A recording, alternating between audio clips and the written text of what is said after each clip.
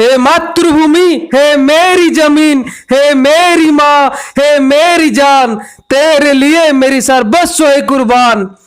मेरी तन मन आत्मा है तेरे लिए समर्पित, तेरी विपक्ष में खड़े अंग्रेज सरकारों में कर दूंगा भयभीत। तुझे दिलाऊंगा मैं स्वतंत्रता, इसके लिए चाहे इंडियन सिविल सर्विस को छोड़कर मैं करूंगा शिक्षकता। मैं हूं तेरी प्यारा सुभाष, रख मुझ पर दृढ़ विश्वास। मैं तेरी आन बान शान को कभी गिरने नहीं दूंगा।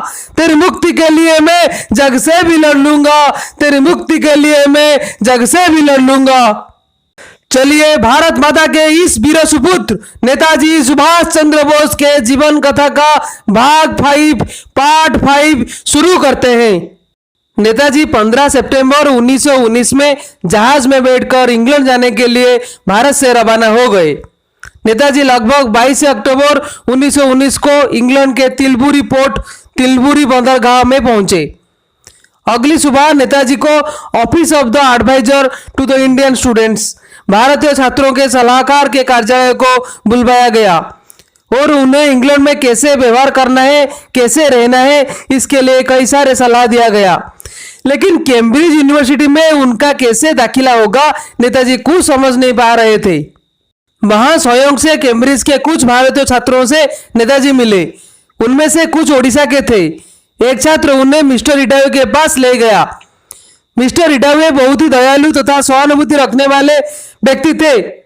उन्होंने नेताजी के पूरी बात सुने, अति धैर्य पूर्वक सुने और अंत में बोले कि वे नेताजी को सीधे कैम्ब्रिज में एडमिशन दाखिला दिला देंगे। कैम्ब्रिज में पहले से ही डिग्री के फर्स्ट टर्म, आसानी भाषा में फर्स्ट सेमिस्टर शुरू हो गया था। मिस्टर इडावे के वजह से नेताजी को इसके बावजूद भी कैम्ब्रिज में एडमिशन मिल गया। नेताजी कैम्ब्रिज यूनिवर्सिटी में अपने डिग्री बीए के लिए mental and moral science depots, मानसिक और नैतिक विज्ञान को चुने। इसके साथ वहां इंडियन सिविल सर्विस के लिए कठिन अध्यवसाय प्रिपरेशन शुरू कर दिए। उन दिनों सिविल सर्विस के लिए अलग अलग 8 से 9 विषयों को पढ़ना पड़ता था। नेताजी ने 8 विषय चुने थे, जो कि इस प्रकार था: इंग्लिश कंपोजिशन, अंग्रेजी रचना, संस्कृत, फिलोसॉफी दर्शन शास्त्र, इंग्लिश, लॉ आईन शास्त्र, इकोनॉमिक्स अर्थशास्त्र, ज्योग्राफी भूगोल, मॉडर्न यूरोपियन हिस्ट्री, आधुनिक यूरोप का इतिहास। नेताजी को कैम्ब्रिज तथा लंदन में जो बात बहुत ही प्रभावित किया था वह था कि छात्रों को दिया जाने वाला स्वतंत्रता तथा सम्मान। कोलकाता में वहां जहां हर छात्रों को एक संभावित क्रांतिकारी और संदिग्ध के नजर से दिखा जा रहा था, वहीं कैम्ब्रिज के इस सौहार्दपूर्ण वातावरण नेताजी को बहुत ही प्रभावित किया था। जुलाई 1920 की शुरुआत में लंदन में सिविल सर्विस की परीक्षा शुरू हुई। परीक्षा 1 महीने तक चली।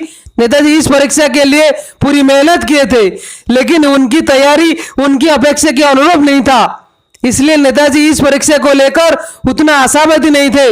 वर्षों की तैयारी के बावजूद बहुत मेधावी छात्र असफल हुए थे। क्या ही मैं कर पाऊंगा इतने कम तैयारी के साथ, ऐसा नेताजी के मन में धारणा सृष्टि हुआ था। परीक्षा शुरू हुआ। नेताजी अन्य सभी विषयों में अच्छा प्रदर्शन किए थे, लेकिन दुर्भाग्यवशत संस्कृत विषय में 150 मार्क छोड़ दिए थे।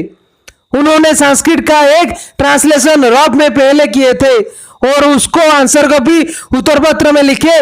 उससे ही पहले बेल रिंग हुआ, समय समाप्त हो गया। नेताजी को अब महसूस होने लगा कि उनका परीक्षा खराब हो गया है और उनका सिलेक्शन नहीं होगा। लेकिन इसके बावजूद भी नेताजी इंडियन सिविल सर्विस के मेरिट लिस्ट में 4th स्थान हासिल किए। अभी नेताजी को और एक समस्या का सामना करना पड़ा। उनको अब नौकरी के साथ क्या करना चाहिए? क्या वे अपने सपनों आकांक्षाओं को छोड़कर एक आरामदायक जीवन जी पाएंगे? नेताजी ने सोचे कि बहुत सारे लोग सफलता के पहले बहुत ही बड़े बड़े बात करते थे, लेकिन सफलता पाने के बाद अपने वादा से मुकर जाते थे। मैं ऐसा नहीं कर सकता, मुझे अपनी मातृभूमि के लिए बहुत कुछ करना है, इसलिए मैं इंडियन सिविल सर्विस के जंजीर में नहीं बंध पाऊंगा। नेताजी ऐसा सोचने लगे। अब क्या करना चाहिए? अब क्या करना है? सिविल सर्विस में जोग देना है या छोड़ देना है? उन्हें अपना मन बनाने के लिए 7 महीने लगा। इसी दौरान नेताजी अपने भाई शरद चंद्र बोस को बहुत सारे पत्र लिखे थे, उनके निर्णय तथा मनोदशा के बारे में बताने के लिए। चलिए उन पत्रों में से हम कुछ बात जानते हैं। सिविल सर्विस में शामिल होने के लिए मेरी सबसे बड़ी आपत्ति इस बात पर आधारित है कि मुझे अंग्रेज के अधीन में विदेशी नौकरशाही के प्रति निष्ठा दिखानी होगी, जिसके लिए मेरी नैतिकता मुझे बाधा दे रहा है। मुझे विश्वास हो गया है कि ब्रिटिश सरकार के साथ किसी भी प्रकार की संबंध रखना अपने मातृभूमि के प्रति गद्दारी होगा। हर सरकारी कर्मचारी, चाहे वह छोटा चपरासी हो या प्रोविंशियल गवर्नर हो, केवल भारत में ब्रिटिश सरकार की स्थिरता में योगदान करने में मदद करता है। इस अत्याचारी अंग्रेज सरकार को हमारे देश से समाप्त करने के लिए सबसे अच्छा तरीका है कि सरकार में अपना योगदान ना देना। मैं इस बात से इनकार नहीं करता हूं कि जब कोई व्यक्ति सिविल सर्विस में होता है तो वह कुछ मात्रा में अच्छा कर सकता है, लेकिन उसकी तुलना उस अच्छे काम से नहीं किया जा सकता जब उसके हाथ नौकरशाही की जंजीर से बंधे नहीं होता है। सिविल सर्विस सभी प्रकार के सांसारिक आराम ला सकता है, लेकिन इसको अपने आत्मा की कीमत पर नहीं किया जा सकता। ऐसी सर्विस के पक्ष में कहने के लिए बहुत कुछ है। यह हमेशा हमेशा के लिए रोटी मकान की समस्या मिटा सकता है, समाज में एक प्रतिष्ठा दिला सकता है, व्यक्ति को किसी भी जोखिम का, किसी भी अनिश्चितता के साथ जीवन का सामना नहीं करना पड़ेगा। लेकिन मेरे स्वभाव के एक ही व्यक्ति के लिए, अपने स्वार्थ के लिए, अपने देश के सर्वोच्च हित को नजरअंदाज कर पाना संभव नहीं है। संघर्ष न होने पर जीवन अपनी आधा रुचि खो देता है। मैं संघर्ष करने के लिए पूरी तरह से तैयार हूं। संक्षेप में, राष्ट्रीय और आध्यात्मिक आकांक्षाएं सिविल सर्विस के शर्तों को पालन करने के अनुकूल नहीं है।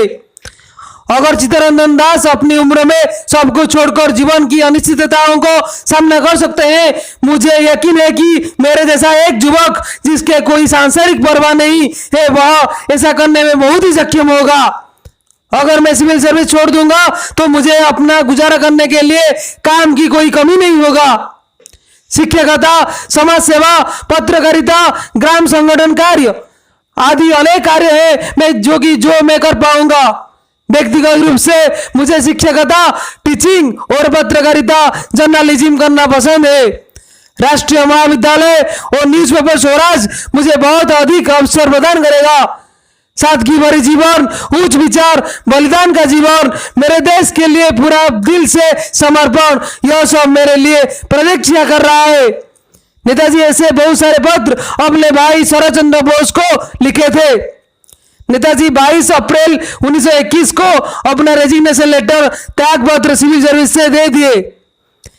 ऐसे ही नेताजी ने अपने मातृभूमि के स्वार्थ के लिए अपने सम्मान का बलिदान दे दिए। नेताजी अपने ऑटोबायोग्राफी, अपने आत्मकहानी अन इंडियन पिलग्रिम में यहाँ तक के घटनाओं का वर्णन किए थे जिसको हम जान चुके हैं।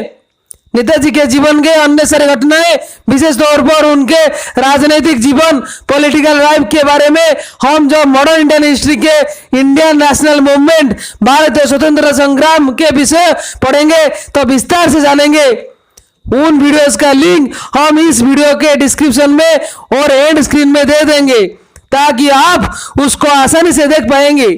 आशा करता हूं कि आपको नेताजी के जीवन कथा अच्छा लगा होगा और एक देशभक्त बनने के लिए आपके मन में प्रेरणा पैदा किया होगा।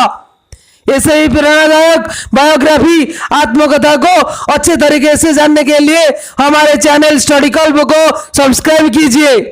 आपके बहुमूल्य कमेंट, लाइक देकर हमें उत्साहित कीजिए। आपके बहुमूल्य समय के लिए बहुत बहुत आभार। भारत माता की जय। जय हिंद।